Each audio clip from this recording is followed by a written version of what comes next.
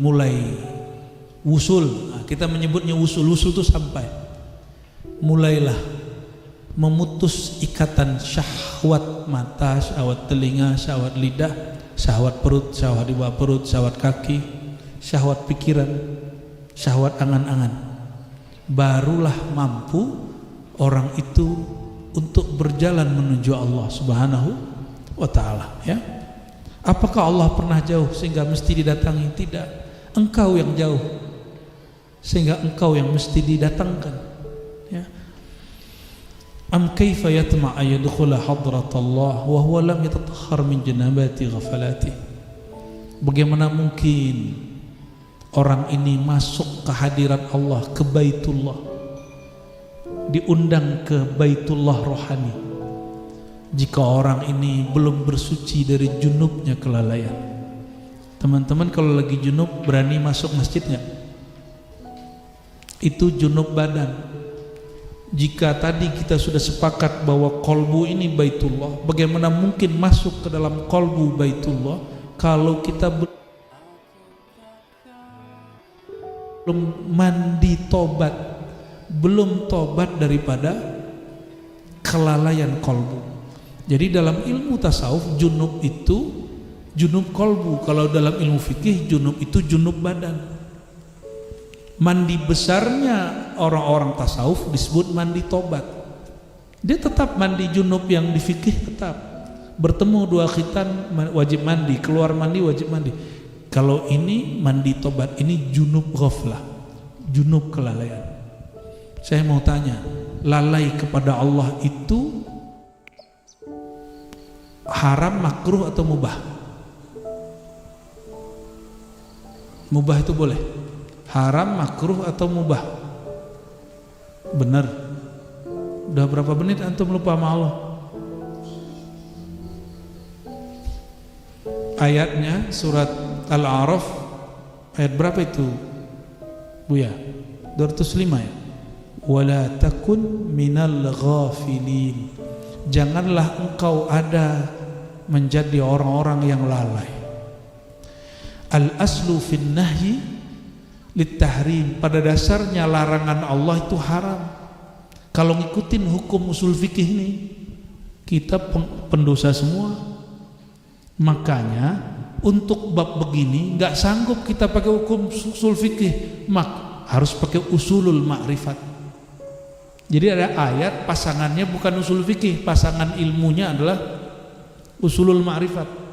Jadi ada ayat yang dibaca dengan ilmu hukum, ada ayat yang dibaca dengan ilmu akidah, ada ayat yang dibaca dengan ilmu tasawuf. Ayat ini mesti dibaca dengan ilmu tasawuf, karena kita nggak sanggup setiap detik mengingat Allah Subhanahu wa ta'ala.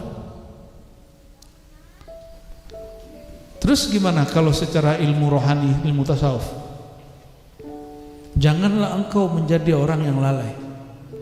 Maka di dalam kitab Al-Hikam, lupa, lalai, ingat Allah tidak disebut dosa, disebut junub.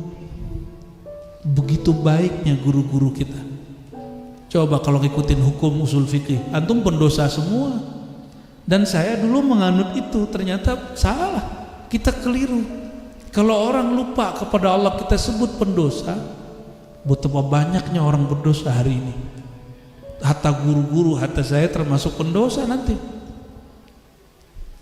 Dosanya dosa kolbu. Enggak, disebutnya ghaflah itu junub, junub kolbu. Maka junub ada dua, junub badan, ada junub kolbu. Junub badan, nah ini ada berkaitan. Kenapa orang habis hubungan badan suami istri wajib mandi? Karena dia mengalami suatu kenikmatan yang dia buat lupa kepada Allah SWT, maka dia wajib mandi. Jadi itu mandi junub itu sebagai tanda kembali dari kelalaian. Ini penjelasan para imam kita, wabil khusus Imam Ibn Arabi qaddasallahu sirrahu, yang dikafirkan orang yang mereka nggak paham siapa beliau. Ya, masa ahli hadis dikafirkan? Beliau ahli hadis. Sahih Bukhari hafal. Ente yang mengkafirkan Imam Ibn Arabi hafal nggak Sahih Bukhari? Ya, sembarangan mengkafir-kafirkan imam. Mursyid aja belum. Ya, beliau ini imam. hafiz, ya. Taib. Sedangkan junub yang kedua, junub kolbu, dia dilakukan dengan taubat. Dengan taubat itu dimulai dengan menyesal. An-nadamu taubah, menyesallah engkau, itulah awal taubat. Dan tiada seorang kekasih Allah kecuali dia bertobat setiap hari. Kekasih yang paling terkasih siapa di alam semesta? Rasulullah SAW. Berapa kali beliau tobat setiap hari? 100. 100 itu banyak, ya.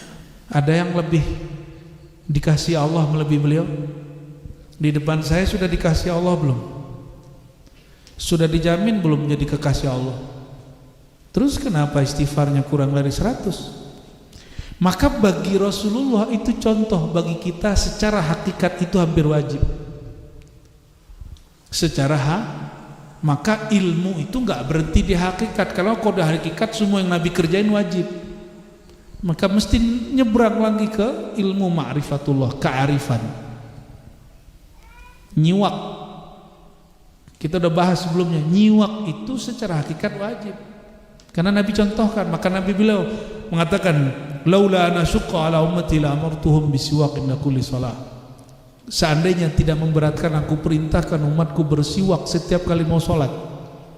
Coba tadi bersiwak nggak sholat? Kalau ngikutin ini dijadikan hukum syariat, jadi gawat. Nah, maka teman-teman saudara yang bukan Allah, memahami sebuah ilmu tidak hanya dengan satu kacamata, banyak cara memahaminya.